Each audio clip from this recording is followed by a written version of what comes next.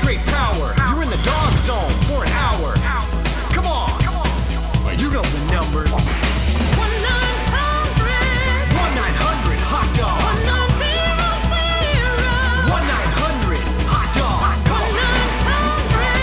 1-900 hot dog.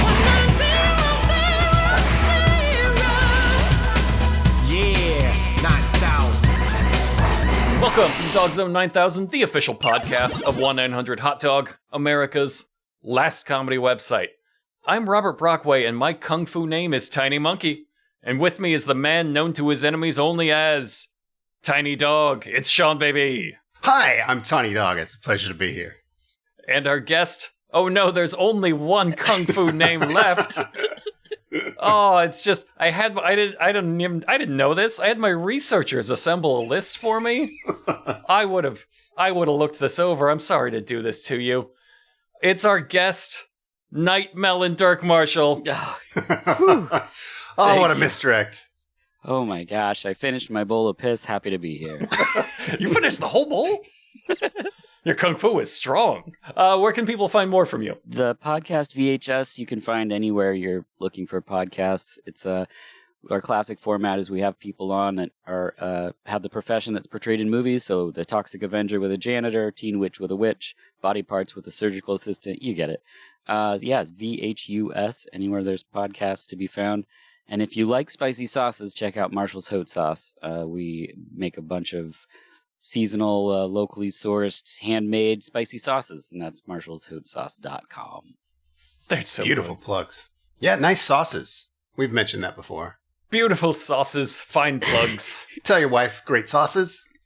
I will. It's probably great to be connected to a movie with so much piss involved, but yes. Piss is the sauce of the body. One Marshall could say. hot sauce. Like the sweet tangy piss of a magical peach. It's pepper piss, straight pepper piss. I'm sure with these hot sauce names, somebody's beat you to that. Oh yeah, there's ass blasters and pepper piss are probably the number 2 hot sauces you can find. Right up there. Sean, would you like to plug anything? Oh, you plugged 1-900-HOT-DOG, but you can support us at patreon.com/1-900-HOT-DOG. We don't do any advertising except this shit that I'm saying right now, so please go there and support us. We do daily articles. World-class comedians write jokes about very, very crazy shit every day, like the good old days. And I'll plug the rest of the stuff we do. We do Big Feats, which is our much more successful podcast with Jason Pargin, where we watch a ridiculous show that should not exist every single episode about hillbillies failing to catch Bigfoot. Only they're not doing that anymore. You can also check out our store, 1900hotdog.com, and click shop up at the top. We get new designs in every month now. We've been really good about that, and sometimes more. And check us out on YouTube at 1900hotdog. There's even like a full video podcast for Big Feats where you see our handsome faces and you watch the way that our mouths make words. Like you get to watch it happen. It's powerfully erotic. So go do all of those things or none of them. I really don't care anymore. that's is there even an economy left? What's the point, guys? Yeah, I don't know why we're doing this. Fucking find us on the Beltway. I don't know. We're the bad guys in World War III now. Like, what the fuck are we doing acting cute on a fucking podcast? Well, I got a bunch of notes that say we gotta act cute for a while. So let's get to dancing. Let's talk about the peach piss. We're watching a 1987 kung fu movie called Child of Peach. I did not do any research on this because the last couple of podcasts I have done research on, and I have uncovered vast criminal conspiracies that have killed thousands of real-life people. I wanted a freebie. I wanted a good one. Mm-hmm. This definitely did that, but I also did no outside research. So we'll just interact with it as the artist intended. Okay. Fantastic. Unless, Dirk, do you know a lot about the backstory of this nightmare of a movie? I know a little bit. For one, this will be a shocker to most of us. It's regarded as a children's film. No. Okay. Yeah, it's the first of technically 3 movies. So there was Magic of Spell after this and Magic Warriors. They're kind of all linked by the star. She who plays the Peach Boy, Sao Lao Lin, or I think that's close, who was also in Kung Fu Wonder Child, which is great. And then I just know that the director also directed the Dragon Ball Z Magic Begins 1991 movie, which is also pretty memorable if anyone's tracked that down. Yeah, I've seen that one. That's a great one. That you're totally similar vibes. Yeah. Yes, you can absolutely It's see got it. a thing. Less piss in that. Yeah, substantially. Which, like, I think there was more piss in the actual Dragon Ball cartoon. So, way to drop the ball, buddy. Not enough piss is my note. Is my note for that one. So this movie, it opens in a magical peach garden atop the Himalayas, where the Sword of Sun is the magical sword. It's absorbing all the sunlight to make this garden oasis. And 3 clearly ADHD children jump into the screen using their kung fu magic powers to do various chores, which they do by warging into animals. And I want to stop and say, there's like a point in every like movie where I understand why this is the hot dog thing. Like when somebody suggests it to me, like, oh, okay, this is why you thought of us. And it came pretty fast here when one of the children turns from a bird into a child and then proudly says, I'm Tiny Cock. Yeah. I wrote down some subtitles here. It said, Dad and Mom start playing magic. Naughty angels dance on the roof. I can't imagine that being anything other than these monkey, dog, and cock children listening to their parents have sex. Yeah, that's the other ones. They're all named Tiny. So there's Tiny Dog, Tiny Monkey, and then the Tiny Bird one got the name Tiny Cock. And so they say, that's not like sometimes a kung fu movie gives them like 5 names, and you're like, oh, that's not the one we're really going to use. That's the one they use. Yeah, there's no variation. There's no Tiny Bird. Nope. I'm small. No, like, no. You know what? Just call me Tiny. No. Nope. Full name, Tiny Cock. Full thing every time. Yeah. And it makes me laugh every single time. I'm not above it. The last name is Dripping, and what's weird in Taiwan, sometimes they'll put the last name first. So, I mean, like, a couple of those scenes are just, like, really troubling. There are some troubling scenes, legitimately, in this movie. So they're doing their chores, right? One uses their lightning powers to make a hose to water trees. I'm like, it's not how you would use lightning powers, right?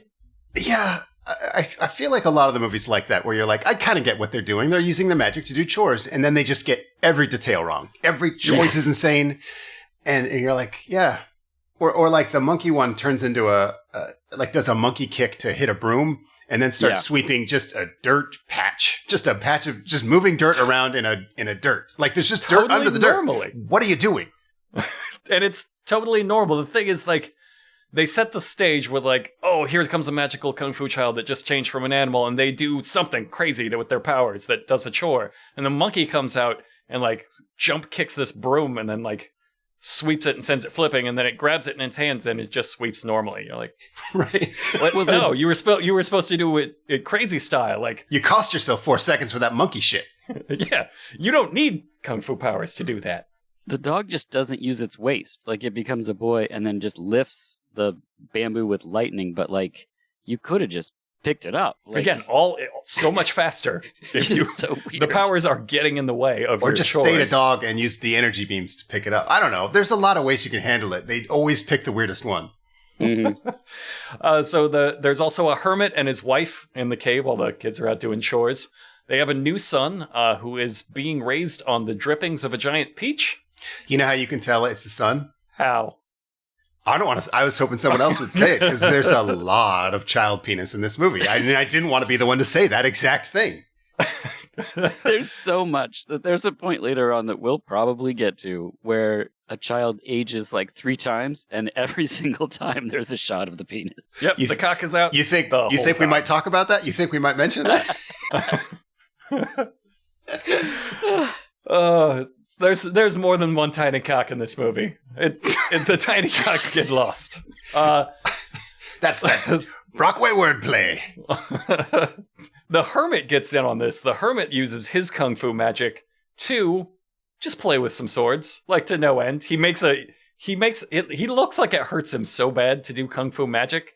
Like he puts his fingers together and then he just like goes, oh, oh! Like he just pulls a lightning bolt out of the air, but it costs him a lot. And then he just starts playing with, rocket swords. He just makes him shoot all around the house in this household with a new baby until his wife looks at him like, are you fucking serious right now? And he puts his magic swords away. Right? Sorry, honey. He does take out a couple stalactites, which seems really noisy, but also like, is this a chore? Is this something he's been like meaning to get to for years? And he's just finally gonna knock down these stalactites. But this had to have been so much trouble with their budget in Taiwanese 1987 film editing technology. And there was no point, like, this is not how you tidy a cave. And if it was, like I said, this is a chore he's been putting off way too long. And baby nap is a terrible time to do your cave wall smashing. To rocket sword through the cave stalactites above the baby. Yeah. Yeah, next time your significant other is giving your child a bath or bedtime, make sure to get your swords out and see how well that goes over. Yeah. All right, gonna start playing with swords in the living room, honey. Are you fucking serious? No. No, you're not gonna do that. I've been meaning to bust open these rocks for a while, sweetheart. Just, you take the kids to bed, I'll be down here smashing rocks. So they're invaded by a series of giant mothballs that explode into Oompa Loompas, and they are led by a ghost samurai named King Devil. I hope you like that sentence. It's all like that from here on out. I had almost exactly the same thing.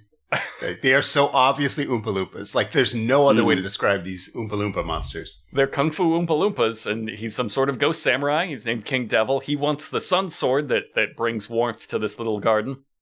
So, Tiny Dog, Tiny Monkey, and what's the other one? I can't remember. Some really normal name, some totally ordinary name. Whatever it was, they all fight the Oompa Loompas, completely forgetting about King Devil, who just walks to the peak of the mountain and takes the sword. What a great distraction. It worked 100%. It worked. They outnumber the Oompa Loompas. Like, you just have one guy pay attention to the main guy there to do the thing. No, they just let him walk right up there and take it. And of course that, like, the snow creeps in. The garden is no longer magical. He uses that sword to blast one of the children right back into a tiny cock. It's awesome. I believe it was the child named Tiny Cock, if that helps at all. Okay, I want to talk a little about the film's, I guess you'd call it verisimilitude. I'm not against wild things happening in a movie, but I feel like they might have gone just a couple of steps too silly to the point where I just kind of can't believe anything that's happening on the screen. I'm just kind of like, nah, I don't think that King Devil would do that. I don't think Tiny Cock would do that. I don't know. That's just my note for the movie, is that, like, it's hard for me to go on this journey with you. It's a step beyond Haosu, like where there's some sort of internal, like, non-logic to it, where you're like, okay, this is a magic house. I understand. Some crazy shit's gonna happen. Here, it's just like, it's so nonstop, and it's the same way with his Dragon Ball movie, where you're just like, I normally like to assume that if I don't understand something in, like, a foreign film, it's because I don't have, like, the folklore basis, the folklore knowledge to, like, get what you're referencing. I don't believe any of this happened. I don't believe any of this happened in any of your stories. The peach doesn't piss in anyone's mouth. I don't think that happens. I do know this is based off a Japanese story, but I did not look any further into, like, how closely they nailed the story, or if they just were like, yeah, and then there's a bad guy. We'll just call him King Devil. He laughs 99% of the time and flies around with this. Like, it's just... It's too much laughing, yeah. Knowing that this is a Japanese folktale, I believe that there are children who can turn into animals. I believe there's like a baby that gets, lost along the way somewhere, and there's some sort of ghost samurai. Sure. I think the rest of this is your maniac pervert shit, though. I think like 90% of this. For sure. Okay, so King Devil has the sword. The wife demands that the giant peach protect her baby, and that's when we realize it's a sentient giant magic peach. Yeah, this was quite a shock. The King Devil blasts the hermit and apparently kills him. Just didn't really seem like he did a lot. The peach ejects its pit so it can be replaced with baby. They put the baby in the peach, and the mom very diaperless, no underpants baby. Close up. The mom gets blasted too, and King Devil just zooms away cackling, totally successful in this attack that had zero planning and took mere seconds of effort. He could have done this anytime. At any point. There was never a plan. He just walked up to the top of the mountain and grabbed it, and then killed everybody, and they were like, well, didn't prepare for that one at all. That's on us. They did jam a baby in a peach. I mean, they didn't do nothing. I think there's one scene where the dad or whoever, the dad of the baby was like, why'd we pick 3 animal children as guardians for this sword? Like, that is a terrible plan. Yeah, that didn't work. the first time you hit them, they turn back into the tiny animals, it turns out. And I don't think that one's name is Tiny Cock. I think he's fucking with me. Gotta earn that nickname. He's just trying to get me to say it, and I won't do it. So a fairy comes in just as the magical Peach zooms away with a baby inside, and she summons all the animal children there. It was crazy in this. I assume it's a mistranslation in that she is calling out for the hermit, and she says landlord. She calls him the landlord. Yeah, that was weird. I don't think that's an interchangeable word with like ma'am or mother, but maybe it is. I don't know. I don't understand the culture. Hermit or Sifu. Like I think this guy's been renting out like acorn holes to fairies, and I think you get what you deserve, man. When you guys were teenagers, you didn't refer to your parents as landlords? No. So then we cut to another old kung fu master, and he all we know about him is that he hates his terrible wife. Just a classic Chinese sitcom couple. They are actively praying to Buddha to make her pregnant. They explicitly say she is 70 years old here. So she is praying for death by vaginal trauma. That's what she wants out of life. I did take down a quote of when the old man hates his wife. He says, "Old lady, would you be a little hurry, please? You're really slow like an old cow." It's just like, God damn it. Like, there's no mirth in that at all. There's no joke. He just fucking hates this lady. I was hoping you were going to read the other quote that I took down. I definitely have it in my I could say it with you if you'd like. "People say that an old clam will bear pearls." That's a gross way to ask Buddha for a baby, I think. There it is. Yep. People say this old vagina can still make a baby. They don't say that. That's one of those things that I 100% believe you made up. I don't think that's an ancient Did you Chinese Google saying. old clam bearing pearls? I did not. Go ahead and do you that won't right believe now. it? I did not. Jamie, I want you to cut the next 3 minutes of description of what I found. Jesus Christ. You can't say things like that. I don't care if it's a quote. We knew that going in. That's why we cut it. Even an old clam can make pearls. So there's a kung fu magic specific saying about geriatric pregnancy? I don't think there is. I don't think there is. I like how the old guy he's like more reasonable than her. He's like, he'd settle for a cat or a dog or even a tiny pig. That's a quote. Even a tiny pig. He just wants a pet. You're like, you don't have to ask Buddha for a pet. Yeah, you just get one. Get a pig. Yeah, just don't kill the next pig you find, and you've got a pet. All of a sudden, the chubby samurai clown blasts down out of the sky, and they're not surprised by this. They immediately just thank Buddha for sending them a huge, fully grown fat son. Literally what they asked for. Thanks, Buddha. I believe they call him a fatty son. They said, "Thank you, Buddha. Yeah. Thank you, Buddha, for my fatty son." like it's a category of son. The old guy says, "I can born a melon too." Not sure what he meant by that. So the fatty son is named Lord or Night Melon, and he exploded out of the sky for no reason that will be explained. Like, you think, oh, okay, because here come his retainers, and they run up, are like, "Are you okay? Are you okay?" Here's where you explain, like, it's crazy that you got fired out of a cannon back there or whatever. And they're like, "You were on a bird hunting trip. Did you find your bird?"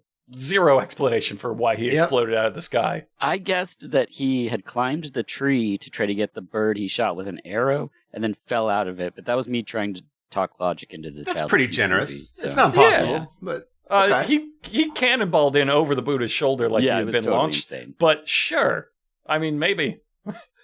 They ask him where his bird is, and so he says it's in the tree, and he rips the whole bamboo root out of the tree and just throws it to the ground, like as to like, "Here, I'm done hunting. I've." But the bird rode that tree straight into the dirt. At no point did the bird think, "I'm gonna get out of here." That bird was just like, "He's got me fair and square." This is what I mean by choices. Like, the movie wants us to get introduced to this character in a comical way. Like, oh, they're asking for a son. They have mistaken this man falling from the sky as their adult son that Buddha gave them. Already it's a little weird, but I think you could make that work. Instead, they have him fall for no reason. They have him suddenly be a super strong bird hunter. The bird is crazy. The bird clearly wants to die. None of it has any, like, root in reality. I'm there with your fantastical setup, but then it's the seemingly normal things you do after that you're like, and now he just sweeps with the broom. Like, that's the crazy part. that you just did. It's all fucking weird. So while washing clothes in the river, the old lady comes across the giant peach, and her first instinct is to run from it. Yes. Like, I get it. You know, whenever I see one of those giant pumpkins that people grow, my fight or flight kicks in. If it was a 9-foot pumpkin, you would. And I think that's what a 3-foot peach is. It's like finding a 9-foot pumpkin. You're like, something's wrong here. I'm gonna run. Yeah. Or I'm gonna fucking kick its ass. I really liked Attack of the Killer Tomatoes when I was a kid. So when I saw this peach, like this 3-foot peach, I'm like, oh, that's an evil peach that's coming to kill you. Just because, like, I've seen that movie so many times. Okay. So maybe that's why I took it that way. You got fruit poisoned at a young age. Yeah, fruit poison at a young age. Yep, that's what happened. I just like that the peach is like fucking with her for no reason. Like it's just like bouncing and teasing her and taunting her. All the time it's full of a baby, which is really weird. Right. It's supposed to protect the baby. It's just shaking the shit out of it. God, it's full of baby.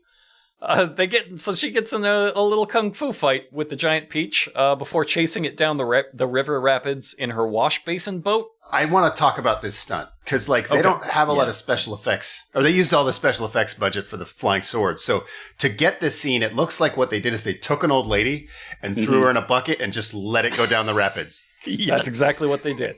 There's quite a bit of that. She's gonna get that fucking peach. If she washes up in Vietnam, she's gonna kill that fucking peach. She's so determined to get it. This movie, there's so much of that in this movie. There are so many stunts here where you're like, wait, hold on, that was real. Yeah. That guy's dead now. People died for this movie. Yeah, knowing what happened with Milo and Otis, how many old women do you think drown in this movie? Yeah, go back. The lady from the early scenes, not the ones from the later scenes. She lassos the peach and then goes land-based water skiing in her wash basin until her ass bursts into flames. And she rubs it on a tree to put it out. And the peach blasts her in the ass with peach urine. She turns around and gets it in her face and specifically says, it's not juice, it's warm, it's salty, it's peach urine. And she finishes off by saying, you piss on my face, how dare you, Peach? I agree. What the fuck, Peach? She was handling it. You don't need to piss on her. I just love ancient foreign comedy and the miles and miles it is from what we know as like normal funny. Like it's just so fucking weird. And it's a kid's movie, just to remind everybody. Right. That's good old fashioned children's comedy when like a peach pisses on an old woman's burning ass. You're like, yes. Yeah, no bullshit. My daughter would love that joke. Yeah, that's that's for the whole family. Substitute, put Jack Black in there. Jack Black pissing on her. Yep. There you go. 300 million opening weekend for sure. That's how you get it. It's in the new Minecraft movie, I hear. Yep. So she brings the peach home eventually, and the old man doesn't believe her that there's a giant peach, even when she tells him it pissed on me. And the old man says, "Well, I'll go eat it. I'll go eat that whole peach full of piss." Yeah.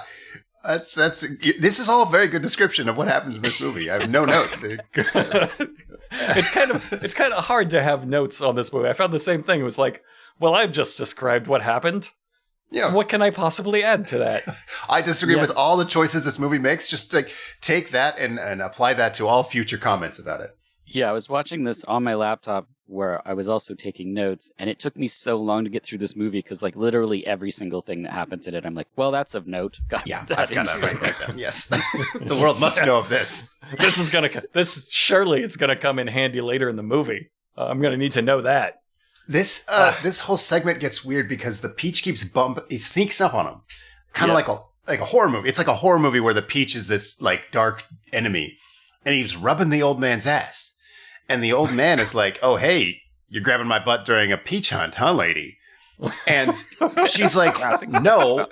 I can't remember how she puts it, but she's like, "I'd never touch your ass. I'm old. Don't you realize we're elderly? We don't fucking get frisky anymore." And this helps him realize, oh, I'm probably being stalked by an ass-grabbing peach. Yes, the only answer left to me, having eliminated all of the other options, it can only be. And then my notes say that the peach goes behind a curtain and it's vibrating like it's jerking off. That's just what it says in my notes. I don't know if this is the experience you guys had. When you saw Yes. the peach vibrating behind the curtain, you're like, okay, it left to jerk off for a bit. Right? This is a vulgar peach. They already said it's already molested an old man and Yeah. pissed on an old woman's ass. Like, yeah, it's gonna jerk off. That's what all this was for. Yes. You groped the old man. That's enough. I'm going to go. It's in my spank bag. I'm leaving to jerk it. Like a bus pervert. So it gives birth to the child inside. That's what it's really doing. And the old woman simply asks, "How come the baby is in the peach?" It also shoots lasers around and causes everything to float in the whole house, which is Yeah. really crazy. This is what I'm saying about it's the normal part that's the weird part. Because they do all this weird shit. You're like, and then the old lady's like, how come that's in the peach? You're fucking asking that? Wait, before the baby, there's a part where he gets a bit of flaming wood and the peach farts the fire out. Yeah. Yeah, It peach has a farts. fire extinguisher. And like he shoots the old man with electricity. He's like a fucking R2D2. It's just got everything inside that peach. Whatever. It's a fruit-based pervert R2D2. That's a perfect way to describe it. No notes again. So they decide to name the baby Peach Kid. Oh, yeah. I mean, what else do you do? Really? Could have been Tiny Cock. Because otherwise I think you'd forget about the child's origins. Like if you just named it Steve, you'd be like, where did we get Steve again? Oh, right. From the peach, from the magic butt grabbing, like, Yeah, peas, from the pea molesting peach that Yeah. attacked both of us Yes. in our old age. Oh, we've led quite a life, honey. So there's a time jump ahead a little bit. We jump also to an army of dwarves and zombies and dwarf zombies who want their grandmother to wake up from her bed inside a termite mound. That's almost exactly what I have in my notes. Yes. Yep. 100%. This turns out to be some sort of personal hell dimension that they've been trapped in for past sins. And King Devil, the ghost samurai, and his army of kung fu Oompa-Loompas, they all teleport in to bust them out with the sun sword. I feel like this is really tiring to listen to if you're trying to because your mind's trying to put it together. There's also like a lot of emotional whiplash too, because they get the old lady out and you're like, oh, cool, we're going to see like some sort of a magic thing. She's like, nah, guys, we can't get out of here. I'm going back to sleep. And then King Devil comes like, no, guys, we're getting the fuck out. And you're like, God, what is happening in the scene? So he gets them out, and it makes them all young again, and also gives them rainbow afros. Yeah. Right. There's two little people in the rainbow wigs holding rakes. I thought that's a wonderful choice. So there's attack the rakes. guitars. Or attack rakes. Each with a sharpened spine on each one. These are, to be clear, they are rakes. Like this is not some Chinese weapon that looks like rake. This is a garden rake. They also have the guitarist from Vixen, if you remember that band, sweet band. They got Kelsey Grammer, Beast, but he's a shark. Nice. And they also have Taiwanese He-Man. I don't know if that's exactly what you had in your notes, but I'm guessing you have something close. At one point, they do name him, and they call him Hercules. I think it might supposed to be the actual Hercules. It's in this movie. It's so good. And once again, I don't think the actual Hercules was in your ancient Japanese myth. I think you're fucking around. Yeah. Mm-hmm. That's what I think you're doing. Little people, rainbow wigs, holding rakes. That sounds like an ancient Chinese ghost that I haven't heard of. But like, yeah, Hercules, I don't buy it. Nope. Kelsey Grammer Shark? Yeah, okay. Sure. Kelsey Grammer Shark is so dead on. It's ridiculous. So Termite Witch sends her rainbow afro clown dwarf zombies to attack a local village with their bladed rakes. But they get too distracted because the first guy they see gives them some gruel, and they're like, oh, fuck yeah, gruel. Fuck yeah, let's do this gruel. They just sit down to eat some gruel and forget about the attack. So everybody else has to pick up the slack. They run into attack, and there's the shark guy. The shark guy kills some swimmers. And one of their dads sees this happening and goes, Bobby, no! So he knows the shark? I didn't know if he was talking to the shark. He named his kid Bobby. The ancient Chinese name Bobby. I'm like, why localize the one name? Maybe he came out of a Bobby. I don't know. I don't know what a Bobby is. It's some kind of fruit, probably. A Bobby molested me and my wife and then gave birth to this child. We named him Bobby Kid. British cop. Yep. I have the witch has a flamethrower, which I liked because it comes out of her broom, but not where you think. There's like a little head at the tip of it, and it shoots out of the mouth. So she's like holding it up, kind of like a big spray can. And how did they achieve this special effect? Oh, they fucking lit all those stun people on fire, I imagine. Yeah, it's just an actual flamethrower. Yeah, she's just shooting a flamethrower at human people. She's shooting a stream of like gasoline at stuntmen who burst into flames. Yeah, and there's just a lot of them. They do not seem to realize that was on the stunt list because they're 20 feet away, like doing a fight, and they're like, okay, cool, we're in the background of this scene where that guy over there clearly in the foreground is going to do the fire scene. Whoops, I'm doing the fire scene now. Yeah, they set everything on fire, the entire town. That flamethrower is fucking scary. They're like, those little people have to run straight through the flames, like not on a little track, like through the flames. This is why we should have done outside research, because I bet 11 people or more died during. Yeah, I'm glad I this. didn't, because Yeah. I don't need to be stay tuned for the bonus episode where I talk about all the little people that died to make this movie. No, we're plausible deniability. This is all fun. There's an ogre, Hercules. Hercules is out there. Taiwanese He-Man is out there. There's a guy we didn't mention with a big sack full of wind. Oh, yeah. Important. Windbag is what I called him. Windbag. That's a perfect name. That's his Hellraiser name for sure. Yeah, yeah, for sure. Guy he just got a sack full of wind, and sometimes he opens it and a bunch of wind comes out and like blasts somebody. I'm like, yeah, that rules. That's the like. Yeah. I believe that's in some ancient Japanese myth, and yeah, 100%. you should do that. Yeah, I saw that guy. I'm like, okay, it's one of those weird ghosts we don't have over here. Yeah, and that rules. I want to know more about it. Show me more of that guy. So they burn the village down, and then they knock the village down, and then they come in and explode the village, in that order. Just fuck the holy shit out of this village. The fairy describes this as, the devil has begun his slaughtering business. It's well said. Gentle way to put it. Peach Kid decides Peach Kid needs to grow up, so she casts a magic spell to make him grown, only she miscasts it, and he's briefly fat, which she hates, so she makes him skinny again with magic. This is one of those scenes where the whole time, just know, cock was out. For no reason. He's wearing a robe and they won't even close it. Yeah, just close the robe. Why do we need Yep. it? No, we It's needed such a choice to include so much penis. Yeah. Yeah, when like they did- your assistant director must come up and be like, okay, do we really need all three of the children's cocks in this? Like, just hear me out. Maybe we skip like the fat transformation, only 2 child cocks. What do you think? Wardrobe came back with 5 options for the underpants. No. We won't. No. The only way they'll know it's the same kid is if his dick's out. That's his thing. I guess it's true. It's pretty true. His haircut changes, but his exposed penis always remains the same. It's good filmmaking. You talked me into it, Dirk. You're right. It's like how in animation, like you got to give him a hat or something so they know. Who is this guy? I can't tell who this guy is. There's too many characters. Oh wait, is that his cock? I know who that is. Yeah. Is he holding a bag of wind or is his dick exposed? That's how you tell them apart. So the child now has kung fu powers, and he uses them to do various things. One of them is to knock a burning cauldron onto the old man's head. Hilarious. And like they all enjoy a good laugh, except the old man is going, "Oh my God, it burns! It burns so bad!" And he even says, "Jesus, that hurts," as they laugh at him. It is funny.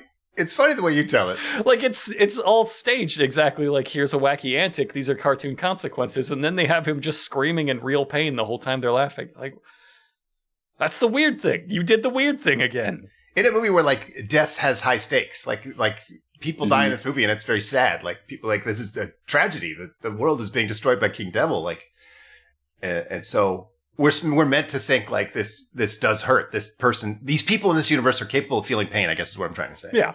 And taking damage.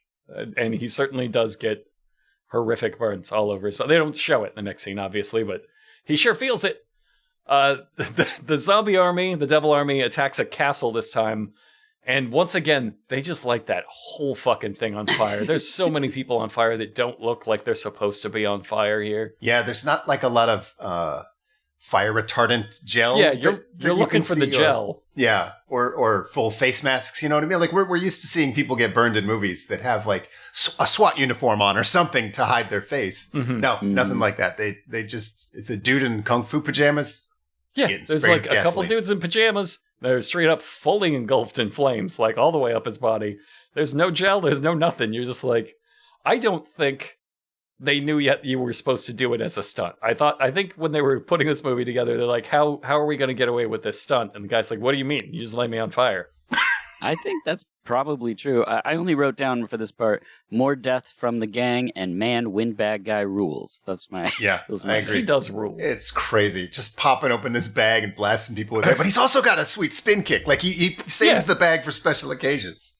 Yeah, he whips your ass, and then if it's really funny, he opens the bag and then blasts you away with it, which is just it's perfect.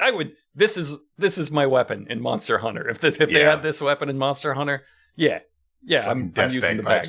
Except there's no pipes. It's just death bag. It's just death bag.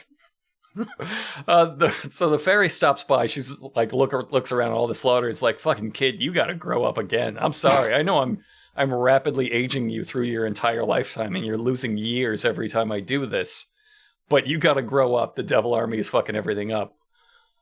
So she grows again into like a preteen, I want to say at this point. It's a weird choice again, that now that the child is finally old enough to be exposed, to be naked on TV without a crime being committed, now they're fully clothed, and a 20-year-old woman, which I thought... every choice is strange. And the thing is, of course, we're used to like Peter Pan being played by a woman. Like if you want an adult actor to look like a teen boy, you hire a woman. So that part, I'm like, okay, I get what they're doing, but like she's kind of like thick, like she's kind of a shapely, womanly woman. You know, she's not like Sandy Duncan. She's not like a bony lady with spritish features. She just looks like a pretty lady. Maybe I'm talking weird. Maybe I'm saying weird things, but it's hard to describe this movie in a sane way. Yeah, this movie feels like a trap to get you canceled for trying to describe it. It's not that it's like super problematic because like it's of that age and it's like bizarre enough. Like I'm not offended by it, but I feel in trying to describe what happens to somebody, I'm getting put on a list. I feel again like the choice going in felt like a sane one. Like, hey, we want this to look like a teen boy, but we need an adult actor for like, you know, we're gonna light him on fire. We can't light a kid on fire. So let's get. Sure about that, boss? Then we're gonna have to fucking reschedule. Okay. So I guess my point is that going in, they knew the protocol for hiring a woman to play a teen boy and then just fucked it all up like they did every other thing in the movie. That is absolutely the theme. We can cut movie. out all my thoughts on this grown woman playing a nude teen boy, I guess. So the kid, it's feats of strength. He digs out a well that for some reason blasts out like a fire hydrant. That's not how wells work. It's weird to do that. And again, another weird choice is like, okay, let's establish this is a teen boy. Let's take this grown woman and just blast her in the chest with a geyser of water so her unrestrained wet boobs can flop around. Like, it breaks the verisimilitude. That's what I'm saying. Next, she carries the old man up a mountain to do some logging and catches a tree, just generally like, okay, this is now a superpowered child. Meanwhile, the Devil Army has kidnapped the princess from that castle, and the king has offered her hand in marriage as a reward for anyone rescuing her. So all the best Kung Fu Knights go to rescue her, which is just Fatty Son Night Melon.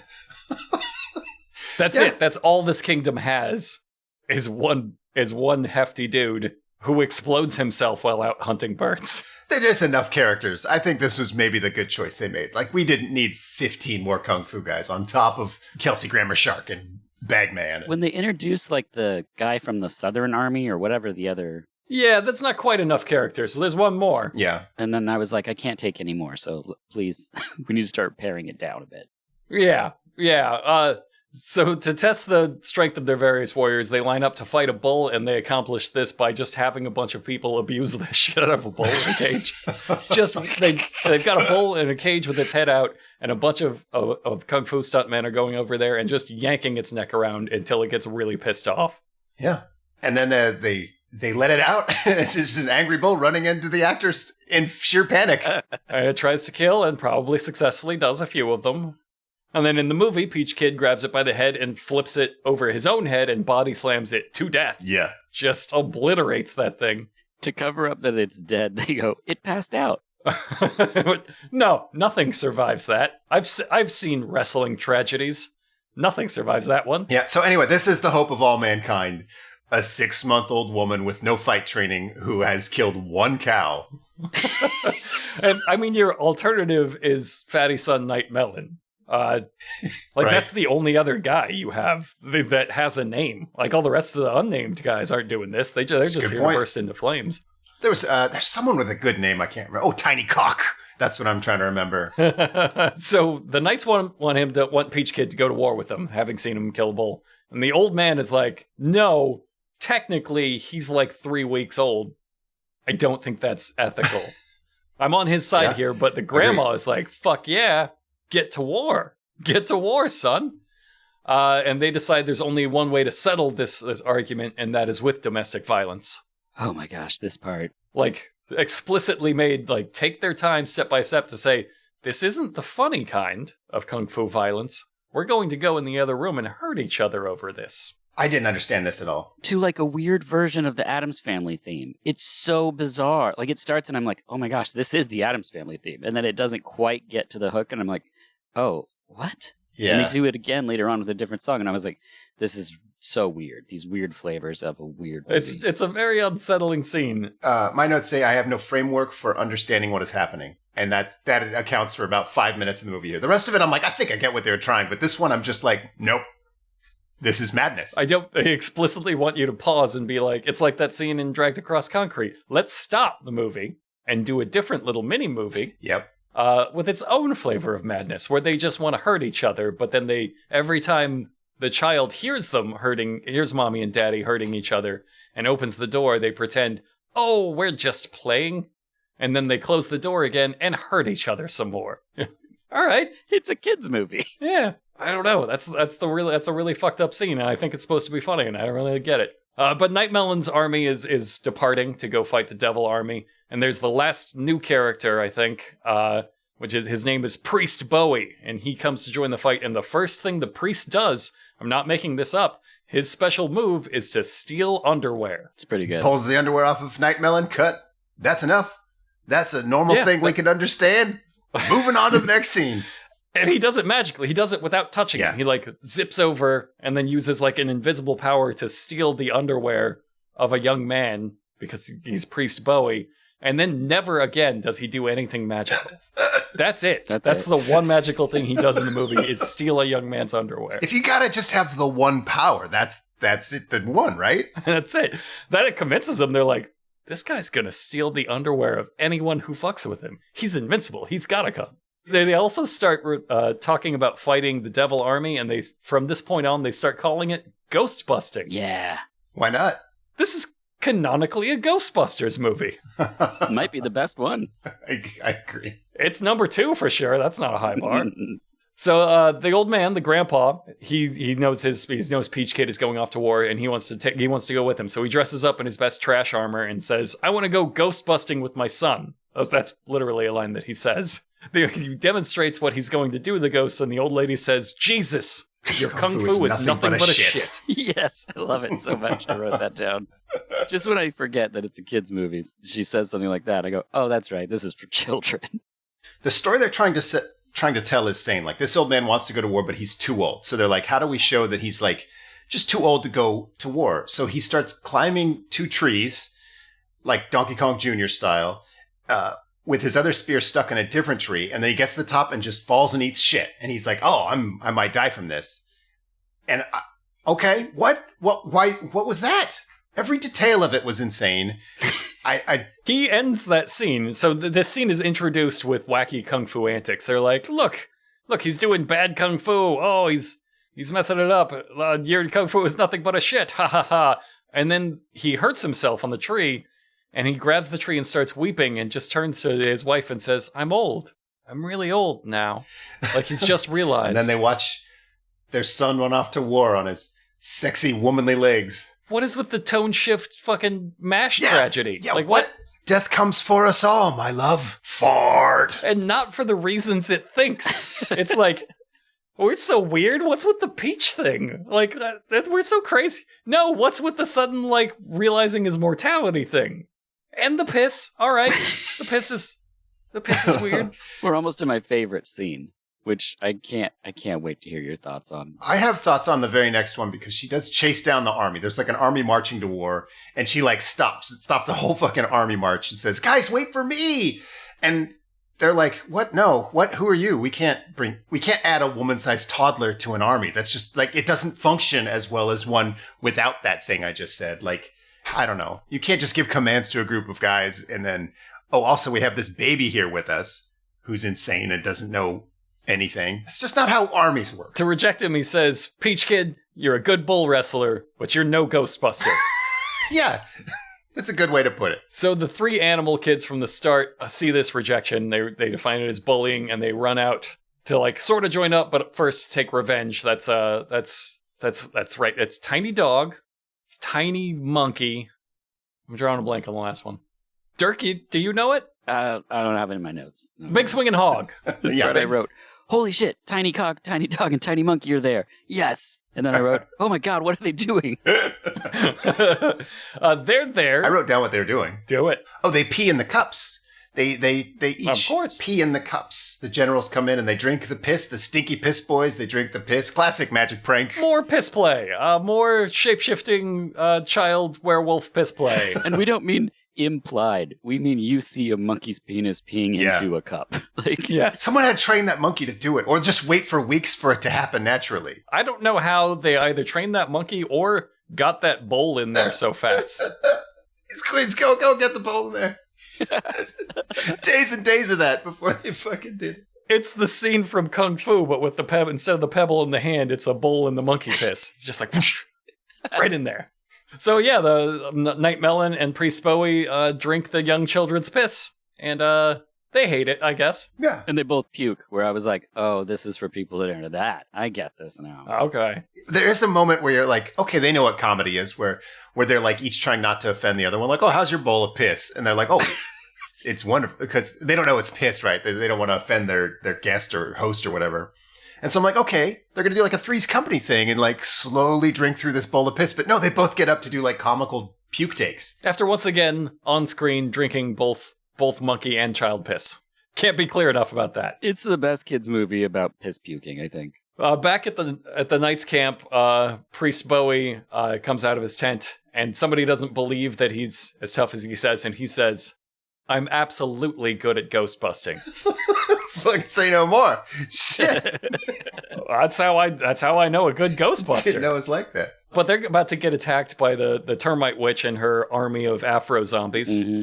She teleports in and then sniffs the air deeply and says, He-Man, the well-built He-Man. It's been a long time I've not smelt the real man. Yes, let me tease the melon first. Just absolute vile filth.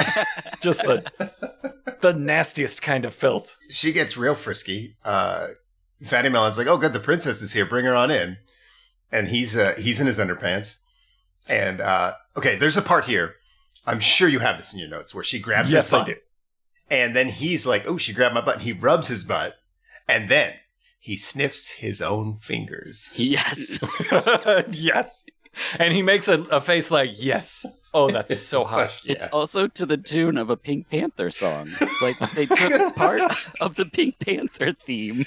It's so weird. Oh, You got horny for your own ass smell to the Pink Panther theme? You can't be on TV again. I don't even have a fetish for that. Yeah, I don't know what that is. That didn't catch on. You invented a new one, and everybody was like, nope, too far.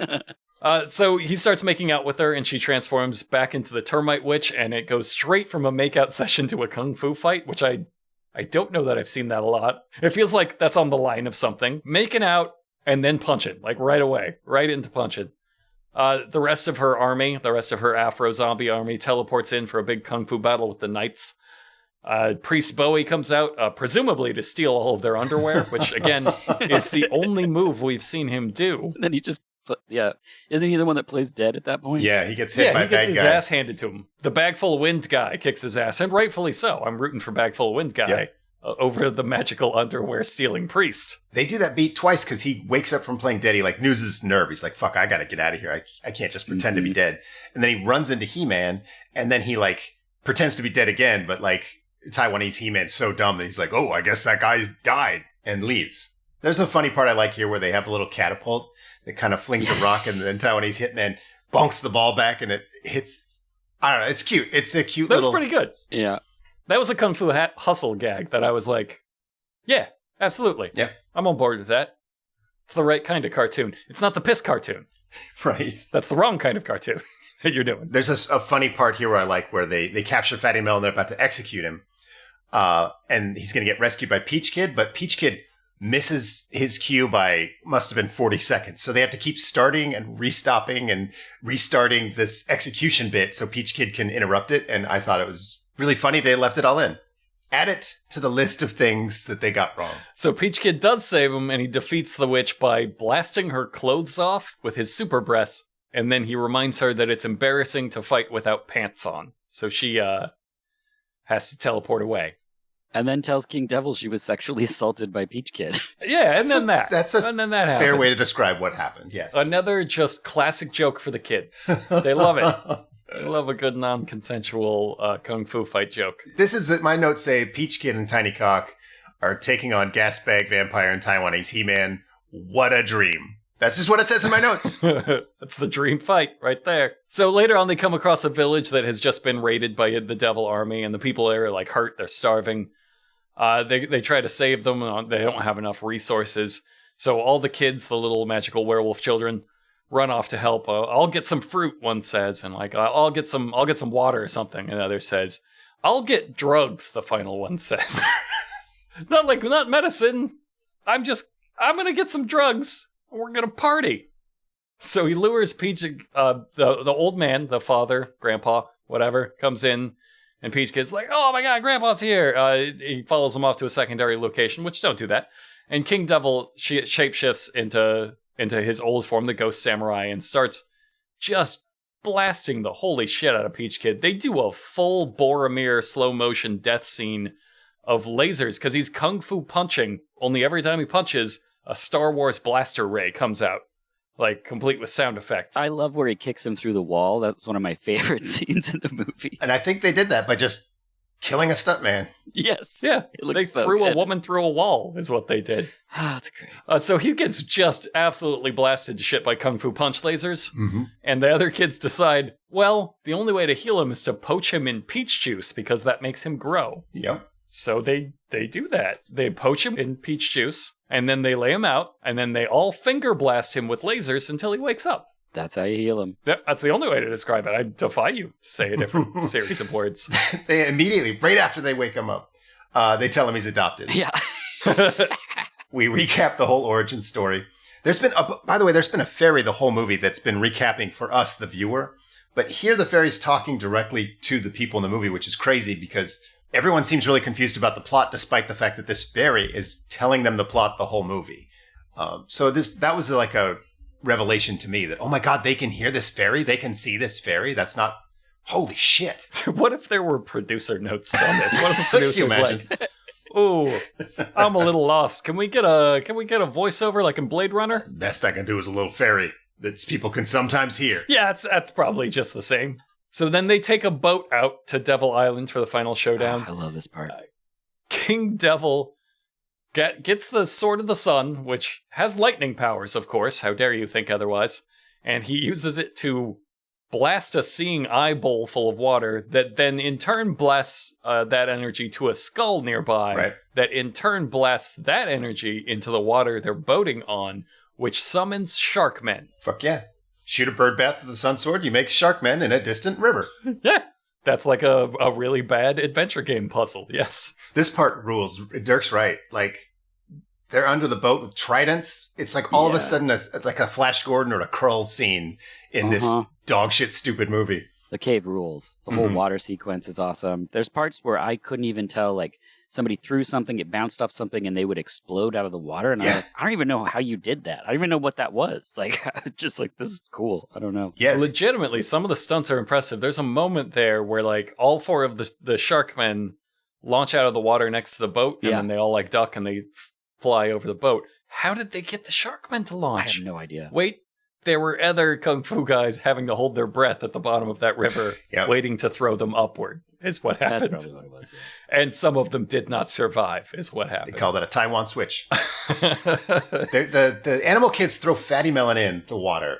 I didn't quite understand why they did this. And then when he gets in the water, obviously, to certain death, the Sharkmen are going to kill him. But no, they just kind of grab his wiggling buns. Yeah, a lot of people do that in this movie. Mm-hmm. They really like his butt. They really like melon ass play, Okay. as they call it. After they grab his butt, then they went to smell their fingers, then they inhaled water, and then they all drown. That's how he defeated them. I like that his last words, like, the children turn on him suddenly and are like, throw him in to distract a few of the Sharkmen away from Peach Kid. And he just turns back to them and is like, why? Yeah.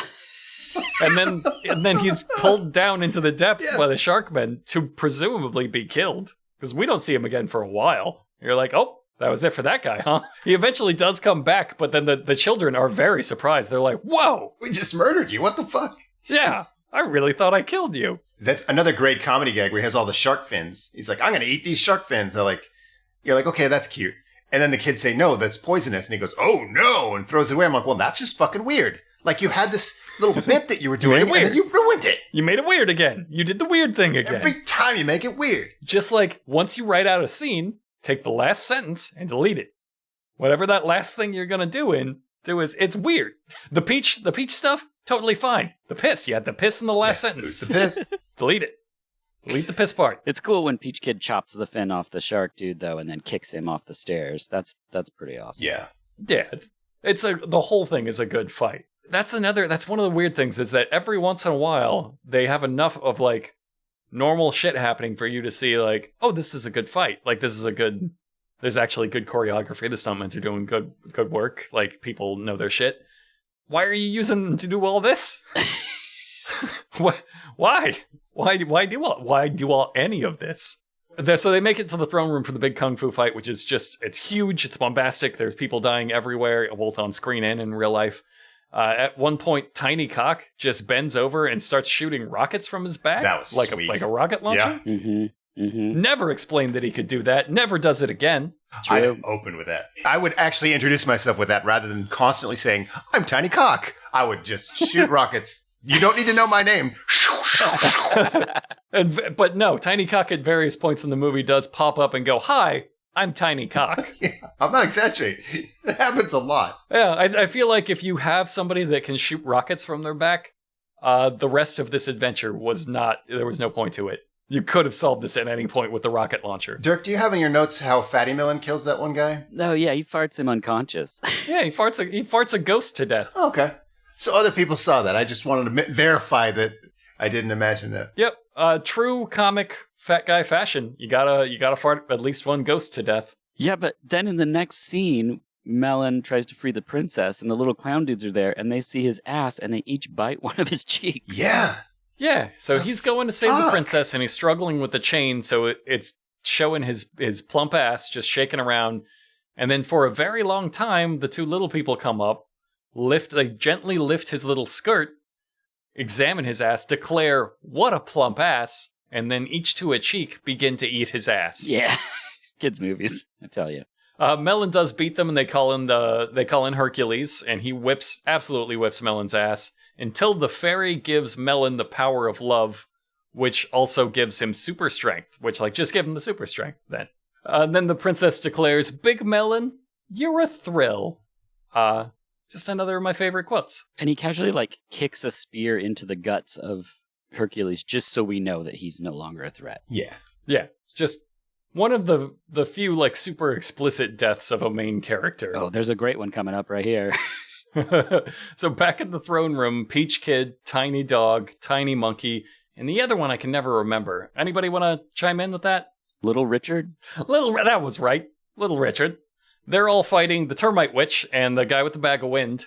Peach Kid fucking explodes the bag of wind, just straight up blows it up. And then they each take one side of a giant straw that they have nearby for this occasion, and have a breath battle that ends with the bad guy's fucking head being exploded into loose meat. It looks like a Carpenter movie. There's a still, they freeze it, so you can see as a child a head explode. They're proud of it. All of the meat that came out of the head. Like, it's straight out of a horror movie, that effect. This is a Hanna-Barbera beam war. They each took an end of a tube to have a blow-off, and they did a Hanna-Barbera beam war, and whoever loses that loses hard. So yeah, her head exploded.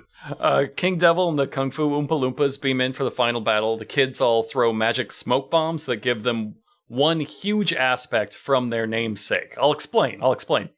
Tiny Monkey gets, like, the huge long arms of a monkey. Uh-huh.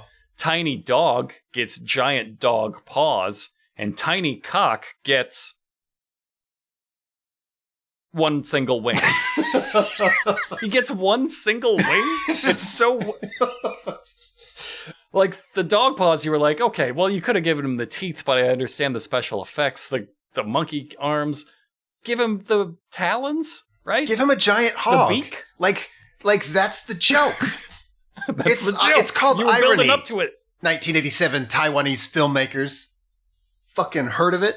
If you want to make it still for kids, it can be a literal giant hog. We'll still get it. Yeah, then it's a pun, which is fine. But the one wing, just one arm is a wing, and then he just kind of whooshes it at the guy, and the guy's like, this isn't doing anything for me. It also does absolutely nothing. It doesn't do anything. Nobody's better for this monkey arm situation. I just realized we're almost done with this movie, and we haven't had any punsteria puns. Are we really going to make it through without any punsteria puns? There was too much weird shit going on in this movie. I didn't even think to do it. I've been on edge the whole time because I'm like, he's about to do it. He's about to. Like, well, now I feel bad.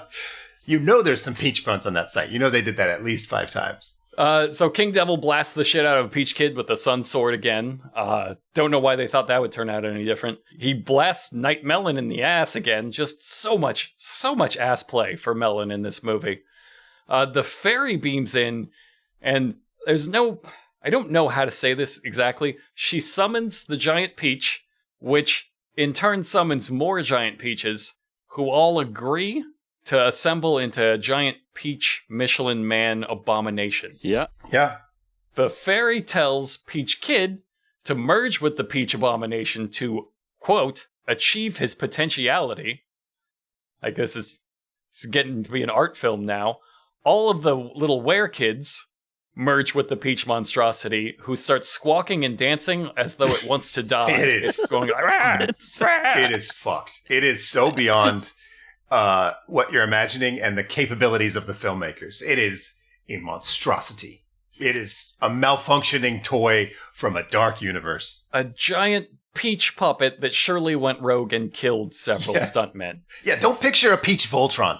It's like a pile of madness with sort of a peach head, but like more perverted than you're thinking. Like some of these peach parts, you're like, okay, they got this from like a medical vulva model. Like this is a nightmare. Yeah.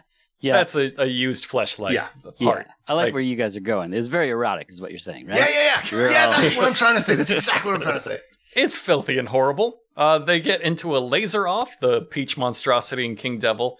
King Devil gets blasted with first peach breath, and then, yes, covered, of course, your favorite character and mine, piss. Peachy piss.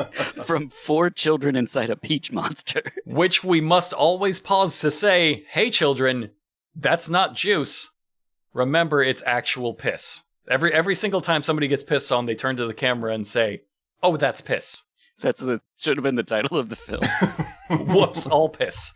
Peach Monster starts firing smaller peaches at him, then he eats King Devil's Sun Sword and spits out Peach Kid holding the sword, who rocket blasts it straight through his guts. I have a question. Why any of this? Why not do this on day one? Why not the day that guy came to get the sword, kill him with the peach? Yeah, the peach golem. If you can turn into a giant peach golem, fucking do that. I think because the fairy wasn't there. Because the fairy is like the OP character of the whole thing. Okay. She can do like anything. And when she shows up at the garden in the beginning, she's like, what the hell's going on here? Like, I think maybe she could have stopped it, but no one else can control this crazy peach. I stand corrected. The film is perfect. Look, nobody likes it when the landlord comes to visit. She had to get the fuck out of there. That's true. Like, no, I'm not hanging out while you're doing the inspection. Holy shit, everyone's dead? I didn't even get to make my piss-soaked peach monster. That's how I would have solved this scenario. That's my answer. So then all 3 of the little were-kids, including Tiny Cock, give him a thumbs up. It's a triple thumbs up, and they say, you're a good boy. Night Melon says, you all have to come to my wedding. Then they look at the camera, leap into the air, and freeze frame. Peach Voltron also. He's a part of the freeze frame. Yeah, he's back there. It's the perfect ending. Perfect. Unlike the ending to this podcast, which is these 10 peach puns from the AI-generated pun site, punsteria.com. Number 1, don't be a peach and pass the jam. I thought you were going to say jizz for some reason. Pass the piss. Pass the piss. Number 2, let's get together and peach out. Well, I mean, that's... What is that? I know exactly what that means. That's fucking vile. Yes. That's like it's like when that termite witch lady smelled the air and was like, "Oh, come blast me, He-Man." I believe that was the exact quote. I just think that's how Mormon lesbians fuck. I think what you're describing. Number 3, I just can't peach this feeling of love I have for you. I mean, that's just a Neil Diamond song. Yeah, I've heard that. Number 4, let's peach the truth. This is delicious. Wait, was that part of it? Yeah, that was part of it. Let's peach the truth. This is delicious. Number 5, I just got back from the farmer's market with a bag full of peaches. It was the pits. I don't know, I guess that's kind of a twist because I thought he was going to say something pleasant, but instead he didn't have a nice time. He fucking hates peaches. Yeah. The joke is the farmer is like, I hate peaches and I'm going to use their pun against them. Number 6, I'm not going to take the peach this time. What? That was it. I was done. I'm not going to take the peach this time. I guess you got to show remorse to a judge, like if you're on trial for peach taking. Feels like a Duolingo saying. Yeah. You gotta, you're on there going like, Yeah. I'm not gonna need to say this in Romania, am I? Is that like a big deal over there? I'm not going to take the peach this time. Number 7, I'm totally peachless without you. That's to a peach, probably. Probably. Number 8, let's give them something to peach about. Sure. Is that a Bonnie Raitt song? What is Yeah. Let's give them something to peach about. Like if you were selling peaches and you got Bonnie Raitt attached to the advertising campaign, I feel like that's the song. Like Yeah. Nobody would understand what it means. Like, what is peaching? It's amazing that this computer, throughout all of this, never seems to understand what a peach is. I told you, it's when Mormon lesbians fuck. Number 9 is I just can't peach my excitement. Peach is used as... What? It has meant so many different things in this. I just can't peach my excitement. Yeah, I've lost my tether to reality. I don't know what anything means. No. Finally, number 10. That's the perfect place to end this podcast. That's what this was all designed to do. Number 10. This is Juicy Peach News. Followed by nothing? Followed by nothing. Einstein, 100, Frankfurt. Einstein, 100, Frankfurt. Unser Podcast genau. Und mit maximalen Schau. Sag Frankfurt Podcast. Korrekt. Ja. Der Kraft ist nicht ohne. Schick die in die Hundezone. 4 eine Stunde. Komm schon, du kennst die Nummer.